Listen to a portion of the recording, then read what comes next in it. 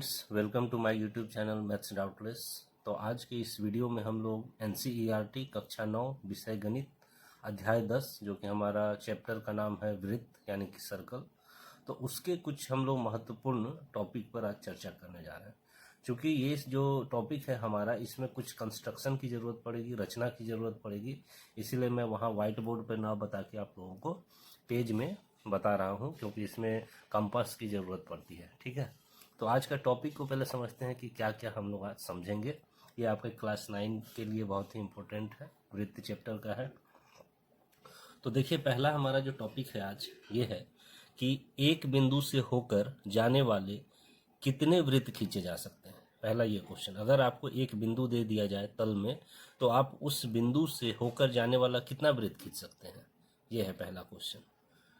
दूसरा क्वेश्चन है कि दो बिंदुओं से होकर जाने वाले कितने वृत्त खींचे जा सकते हैं। पहले तो एक बिंदु का बात हो रहा था, अब दो बिंदु से होकर जाने वाले कितने वृत्त खींचे जा सकते हैं, प्रश्न ये है। ठीक है, तीसरा है हमारा प्रश्न कि तीन संरेखी बिंदुओं से होकर जाने वाले कितने वृत्त खींचे जा सकते हैं, तीन संरेखी बिंदु से होकर के।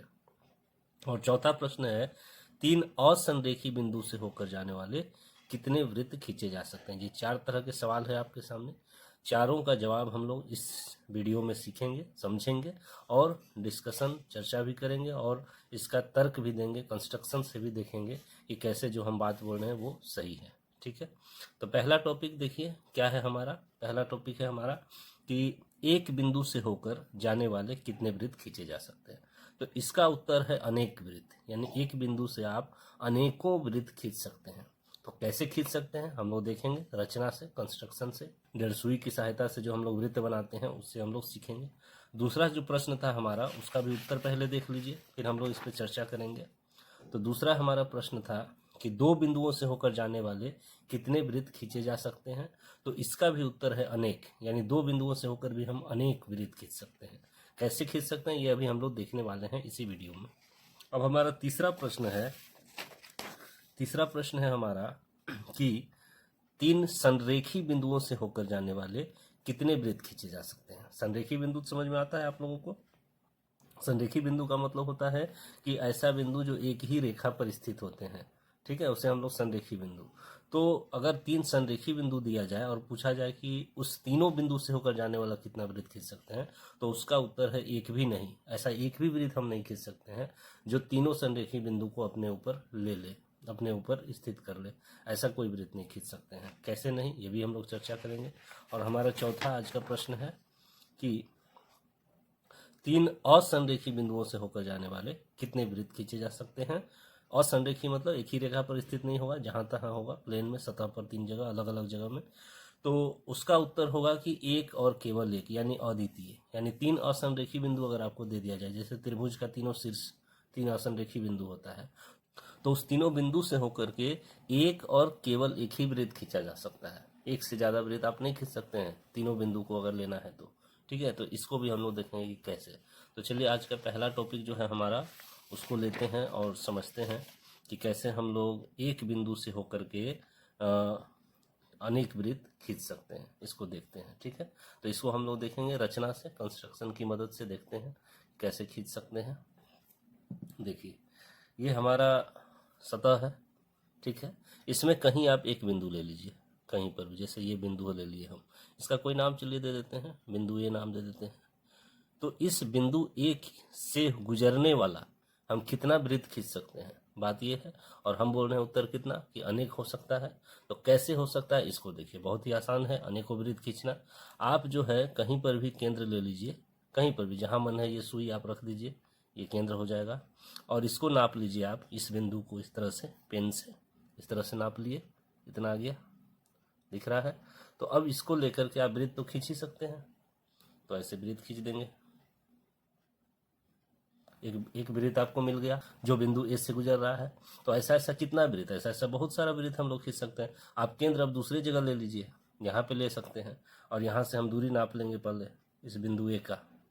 ये हो गया, इतना त्रिज्या हो गया हमारा, ये केंद्र हो गया जहाँ पर सुई है, और ये बिंदु ए की दूरी त्रिज्या हो गई। अब यहाँ से भी हम खींच सकते हैं एक वृत्त, देखिए इस तरह से देखिए दूसरा वृत्त भी आपको दिख रहा है जो बिंदु ए से ही गुजर रहा है। तो ऐसा ऐसा अनेकों वृत्त आप खींच सकते हैं, कहीं पर भी आप ले सकते हैं। जैसे एक हम यहाँ पर ले लेते हैं, आप दिखाते हैं आपको, ये केंद्र हो गया हमारा, और ये दूरी नाप लेते हैं हम, ए की दूरी, ये त्रिज्या हो गई। अब आप यहाँ से ऐसे खींच सकते हैं।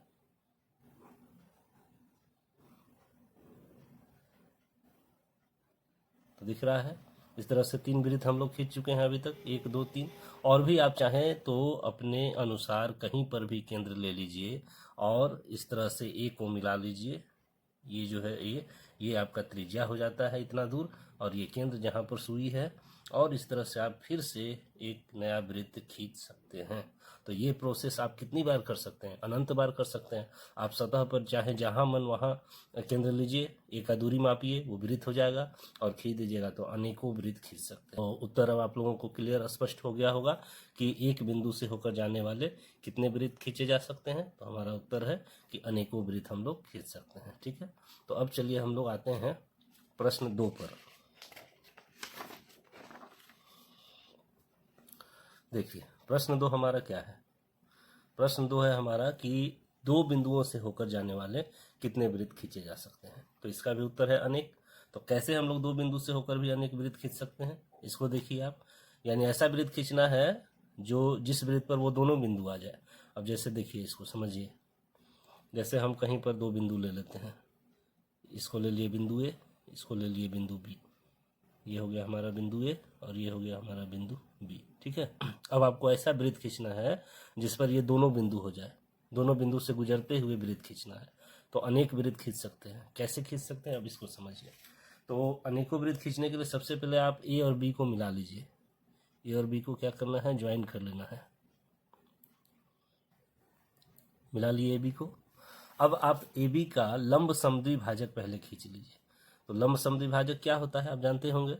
इस बिंदु से जो रेखाखंड है उससे आधा से ज़्यादा लेके ऊपर हम लोग एक चाप खींचते हैं, फिर नीचे भी एक चाप खींचते हैं इस तरह से। फिर आप ए पर रख करके चाप खींचेंगे जो इसे काटा। अब इस दोनों बिंदु को जहाँ पे कटा है, ये बिंदु और ये बिंदु मिलाते हुए आप एक रेखा खींचेंगे, तो यही कहलाएगा ए बी का लंब समद्विभाजक। ये आप खींच लीजिए। खींच लिए हम लोग लंब समद्विभाजक ए बी का।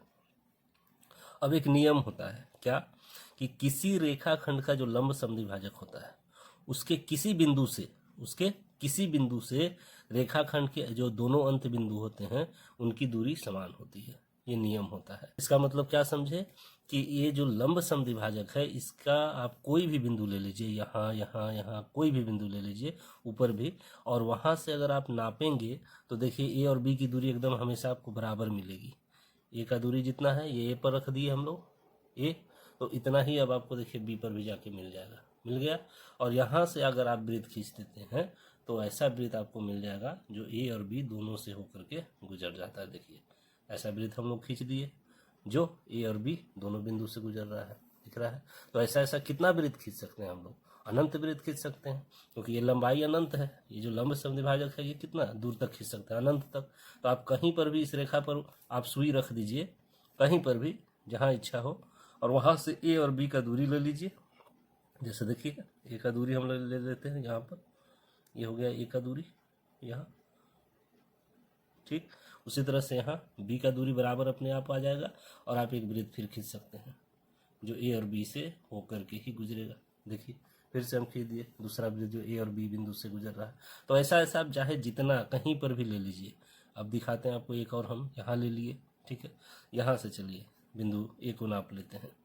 ये बिंदु ए को नाप लिए हम लोग, ठीक है। ये हो गया बिंदु ए को नाप लिए। अब आप बिंदु बी को भी देखिए उतना ही दूरी पर आ जाएगा, ये दिख रहा है, बिंदु बी को भी नाप लिए। अब आप इस बिंदु से वृत्त खींचेंगे तो वो ए और बी दोनों से ही होकर के गुजरने वाला वृत्त होगा। तो देखिए इस तरह से आप इस रेखा पर कहीं पर भी सुई रखिए, ए और बी का दूरी मापिए और एक वृत्त खींचिए, तो हमेशा वो ए बी दोनों बिंदु से होकर के गुजरेगा। तो इससे हम क्या समझे कि 2 बिंदुओं से होकर जाने वाले कितने वृत्त खींचे जा सकते हैं। तो हमारा उत्तर रहेगा अनेक वृत्त खींचे जा सकते हैं। क्लियर है। चलिए अब हम लोग तीसरे प्रश्न पे आते हैं।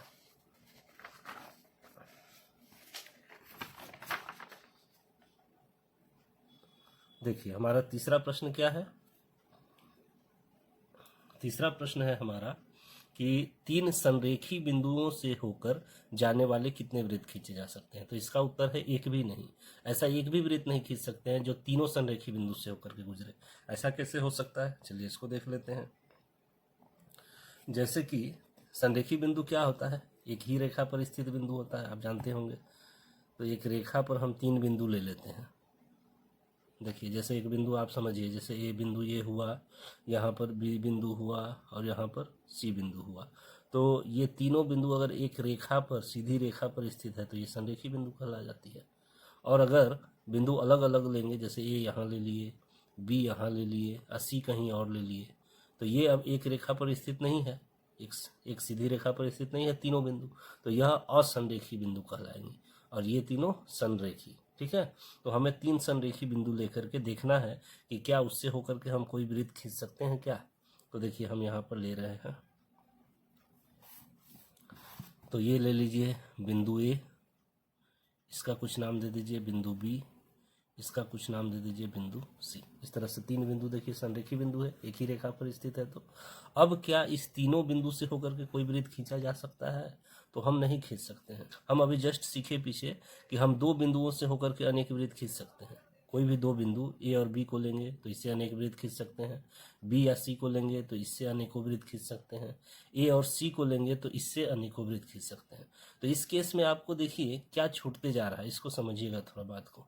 जैसे हम बात कर रहे हैं कि अगर हम ए बी को लेके एक वृत्त खींचें, ये कंस्ट्रक्शन से अभी हाथ से दिखा रहे हैं, खींच सकते हैं 2 बिंदुओं से होकर के वृत्त, अभी सीखे हम लोग इसका लंब समद्विभाजक खींच के। तो सी छूट गया, सी छूट गया हमारा, इसका मतलब तीनों बिंदु से तो वृत्त नहीं पास हुआ। अगर बी सी को लेके खींचते हैं तो बी सी से खींचा जाएगा, तो फिर ए छूट गया हमारा। और अगर ए सी को लेके खींचते हैं इस तरह से तो हमारा फिर बी बिंदु छूट गया। इस तरह से हम एक बार में ऐसा कोई वृत्त नहीं खींच सकते हैं जो तीनों बिंदुओं से होकर के गुजरे। ये बात क्लियर हुआ, समझ में आया होगा कि 3 संरेखी बिंदु से होकर जाने वाले कितने वृत्त, तो एक भी नहीं। अब इसको रचना से भी चाहे तो देख सकते हैं उसी तरीके से। जैसे कि अगर आपको ए और सी से होकर के खींचना है वृत्त, कोई भी वृत्त जो ए और सी से होकर के गुजरे, तो उसके लिए आपको नियम पता है कि ए और सी का लंब समद्विभाजक खींचना होता है। तो लंब समद्विभाजक जैसे आधा से ज़्यादा लेके ऊपर का चाप काटे, फिर नीचे भी चाप काटे, फिर ए पर रख करके हम लोग काटेंगे इस चाप को। यहाँ पे कट गया, यहाँ पे कट गया। अब इस दोनों को मिला दिया जाता है, यहाँ पे बिंदु और यहाँ पे बिंदु, दोनों को मिला दिए हम लोग। तो ये जो लंब समद्विभाजक मिला आपको, इस पर कहीं पर भी आप सुई रखिए इस तरह से। ए का दूरी माप लीजिए, ए का दूरी इतना हुआ, तो यही आपको सी पर भी जाके मिल जाएगा। देखिए मिल गया, कम ज़्यादा कुछ नहीं करना है। अब एक वृत्त खींचेंगे तो वह ए और सी से क्रॉस किया, ए और सी से गुजरा, ठीक। तो बी तो छूट गया हमारा ना, बी को तो हम नहीं ले पाए। अब उसी तरह से अगर हम बी और सी से वृत्त खींचेंगे तो फिर ए छूट जाएगा। तो उसके लिए हमें बी और सी का लंब समद्विभाजक खींचना हो, तो उसके लिए क्या कर सकते हैं, देखिए बी और सी से आपको वृत्त खींचना है तो बी और सी का लंब समद्विभाजक पहले खींचना होगा आपको। तो आपको सी पर रख करके आधा से ज़्यादा दूरी लेना होता है, पूरा ले लें ज़्यादा ले लें कोई दिक्कत नहीं, लेकिन आधा से ज़्यादा लेना होता है इस रेखाखंड से। तो हमारा ज़्यादा है तो हम ऊपर एक चाप काट दिए, नीचे भी एक चाप काट दिए। अब बी पर रख करके इस चाप को काटना होता है, तो यहाँ चाप कटा, यहाँ चाप कटा। इस दोनों बिंदु को मिलाते हुए हम एक रेखाखंड खींच लेंगे, ये लंब समद्विभाजक हो जाएगा बीसी का, ठीक है। ये हो गया आपका बीसी का लंब समद्विभाजक। अब इस पर आप कहीं पर भी सुई रखिए इस लंब समद्विभाजक के किसी बिंदु पर, यहाँ से बी का दूरी माप लेंगे इस तरह से, मिल गया हमें बी का।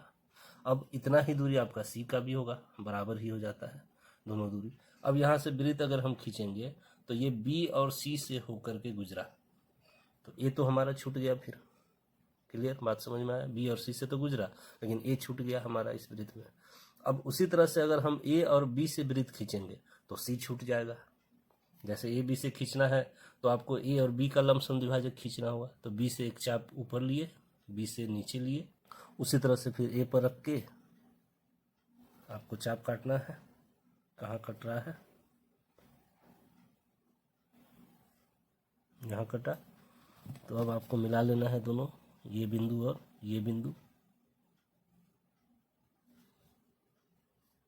ये लमसम द्विभाजक हो गया ए बी का। आप ए बी पर का कोई बिंदु ले लीजिए, वहाँ से ए और बी का दूरी बराबर होगा।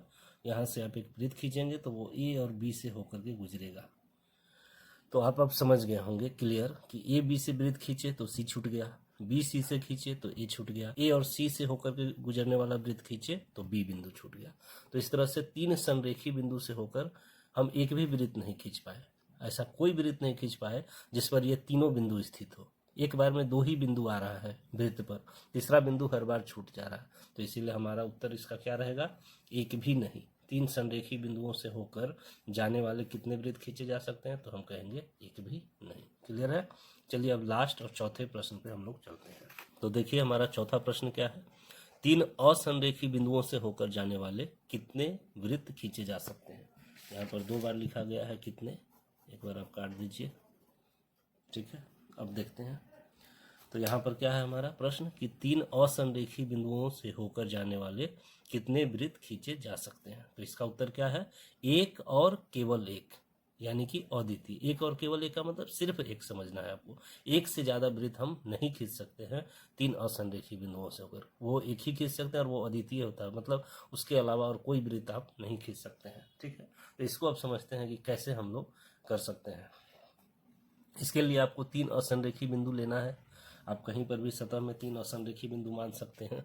जैसे मान लीजिए ए बिंदु ये हो गया, यहीं कहीं पे ले लीजिए बी बिंदु, कहीं पर भी ले सकते हैं। जैसे बी बिंदु ये हो गया, सी बिंदु ये हो गया, 3 बिंदु ले लिए जो असंरेखी है, एक ही रेखा पर स्थित नहीं है। अब ऐसा वृत्त आपको खींचना है जो इन तीनों बिंदुओं से होकर गुजरती है, और वो केवल एक ही वृत्त होती है और उससे ज़्यादा नहीं खींच सकते हैं। तो क्या नियम है, कैसे खींचते हैं, इसको देखिए। आप जो है किसी एक बिंदु से बाकी के 2 बिंदु को मिला लीजिए। जैसे बी है तो बी से ए को, बी से सी को मिला लीजिए इस तरह से, स्केल की सहायता से। ये तरीका है खींचने का, समझिए कैसे खींचा जाता है। बी से ए को मिला लिए, बी से सी को मिला लिए, किसी को भी मिला सकते हैं, जरूरी नहीं कि बी से ही ए सी को मिलाएं। आप सी से ए और सी से बी को भी मिला सकते हैं, ए से बी और ए से सी को भी मिला सकते हैं, यानी कोई भी 2 को आप मिला लीजिए। मिला लिए इस तरह से। अब क्या करना है, अब आपको जो ए बी रेखा खंड दिख रहा है इसका लंब समद्विभाजक खींचना है, और बी सी रेखा खंड का भी लंब समद्विभाजक खींचना है। और दोनों लंब समद्विभाजक एक दूसरे को किसी बिंदु पर काटेगा ही काटेगा, वो बिंदु आपको पता करना है। तो चलिए हम लोग बी सी का लंब समद्विभाजक खींचते हैं। तो उसके लिए आपको क्या करना है, आप कहीं पर भी रखिए सी पर सुई, और आधा से ज़्यादा ले लेंगे, आधा से ज़्यादा है ही तो आप चाप ऊपर काटेंगे और चाप नीचे भी काटेंगे। इस तरह से चाप कट गया ऊपर नीचे। अब बी बिंदु पर सुई को रखना है, ठीक है, और इस चाप को काटना है ऊपर और नीचे। तो यहाँ कटा, यहाँ पे कट गया। अब ये दोनों बिंदुओं को मिलाते हुए आप एक रेखा खींचिए। तो ये हो जाएगा आपका लंब समद्विभाजक, किसका, बीसी का। इसका कुछ नाम दे देते हैं, पी क्यू, नाम दे दिए पी क्यू। ठीक है, अब आपको करना है कि ए बी का लंब समद्विभाजक खींचना है। तो उसके लिए फिर आपको बी बिंदु पर या ए बिंदु कहीं पर रखिए और आधा से ज़्यादा दूरी ले लेना है, आधा से ज़्यादा है ही। आप एक चाप ऊपर की ओर इधर, एक चाप फिर नीचे की ओर खींच लिए, नीचे चाप और इधर ऊपर भी चाप। अब ए बिंदु पर रखना है आपको सुई को, रख दिए ए पर। ए से इस चाप को काटना है ऊपर और नीचे भी। तो इस तरह से आपको दिख रहा है फिर से 2 बिंदु, एक यहाँ पर और एक यहाँ पर। इस दोनों बिंदु को मिलाते हुए हम एक रेखा खींचेंगे तो ये लंब समद्विभाजक हो जाएगा रेखाखंड ए बी का।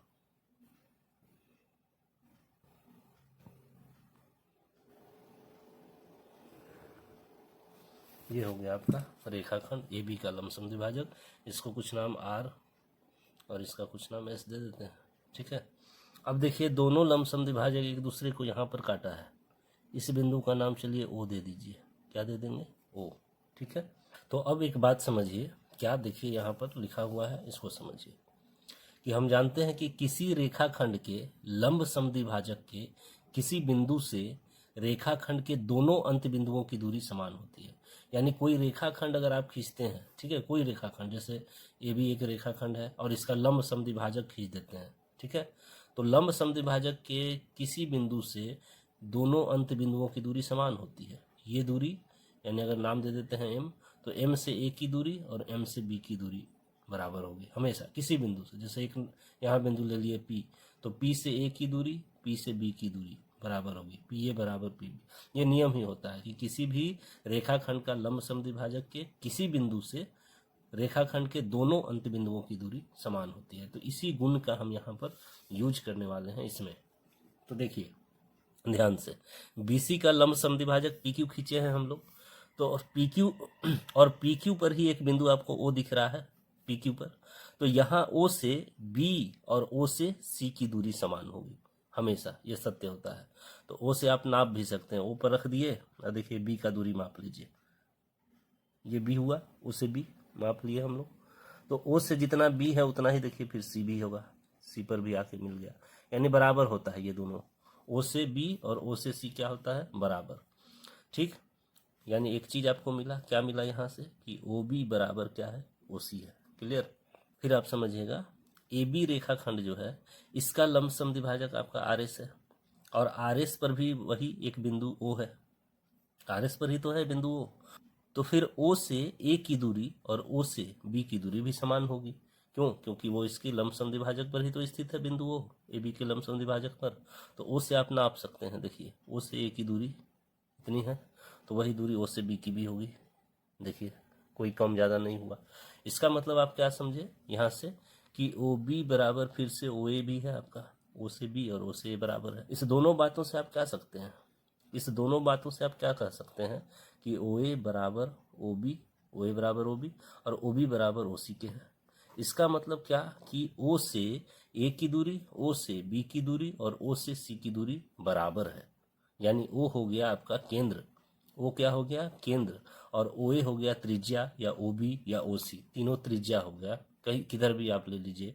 और अब यहाँ से आप वृत्त खींच दीजिए O को केंद्र मानकर और OA को त्रिज्या मानकर, इस तरह से। तो यह देखिए तीनों बिंदु से होकर के आपका गुजरेगा, देखिए यहाँ A से खींचे तो B से भी गुजर रहा है और वही फिर आपका C से भी गुजर गया। तो इस तरह से देखिए तीनों बिंदु से गुजरने वाला हम एक ही वृत्त खींच सकते हैं। अब इसके अलावा और कोई वृत्त हम लोग नहीं खींच सकते हैं। तो इसीलिए कहा गया है कि तीन असंरेखी बिंदुओं से होकर जाने वाले कितने वृत्त खींचे जा सकते हैं, तो हमारा उत्तर रहेगा एक और केवल एक, यानी अद्वितीय यही वृत्त हो सकता है, इसके अलावा और कुछ नहीं। तो इस तरह से हमारा आज के टॉपिक में ये चारों प्रश्न था। आशा है आप लोगों को अच्छे से समझ में आ गया होगा। तो वीडियो अगर अच्छा लगा हो, समझ में आया हो, तो वीडियो को लाइक करें, शेयर करें और न्यू अपडेट्स के लिए इस चैनल को भी सब्सक्राइब कर लें। Thank you.